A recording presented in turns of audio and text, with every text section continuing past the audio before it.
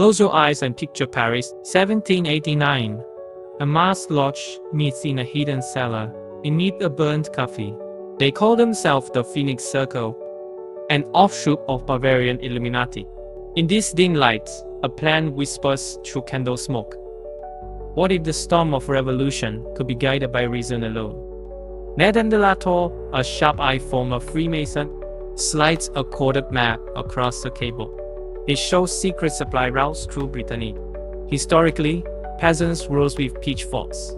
But here, a few well-placed communiques reroute soldiers away from Paris. Suddenly, the Bastille falls not in street battles, but by strategic surrender.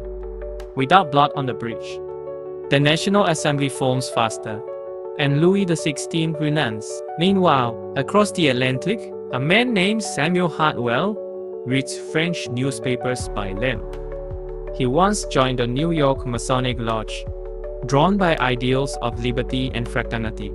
Through a hidden letter from de la Tour, he knows how the Phoenix Circle diverted troops in France. He adapted this to the British colonies.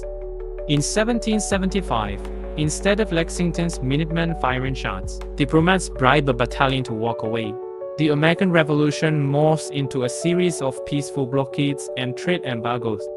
Because these revolutions avoided mass violence, a new era dawns sooner. The United States forms in 1783, with women's suffrage quietly slid into state constitutions. The French Republic stabilizes under a council of philosophers, including Condorcet and Talleyrand. Napoleon never crowns himself emperor, because the Phoenix Circle leaks documents exposing his ambitions. Instead, France leads a League of Enlightened States, united by secret lodges in Vienna, Madrid, and St. Petersburg. By 1850, railroads connect these republics under a common legal code. Scientists exchange findings freely, and steam engines power canals from London to Constantinople. Charles Darwin's voyage is funded by Phoenix Circle investors. He dedicates On the Origin of Species to those who cherish knowledge. No conquest, cigarette screenings of Faraday's experiments inspired early electrical grids across Europe. Fast forward to 1914. The powder keg of alliances almost ignites war. But a clandestine meeting in Geneva, hosted by granddaughter Émilie de la Tour, mediates peace. World War I becomes a border skirmish, not a global trench nightmare. As a result, the League of Nations forms decades earlier, and radios broadcast speeches in dozens of languages, teaching unity in our modern world.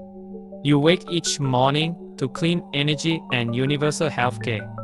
Nobel Prizes reward collaborative research across all the rival nations.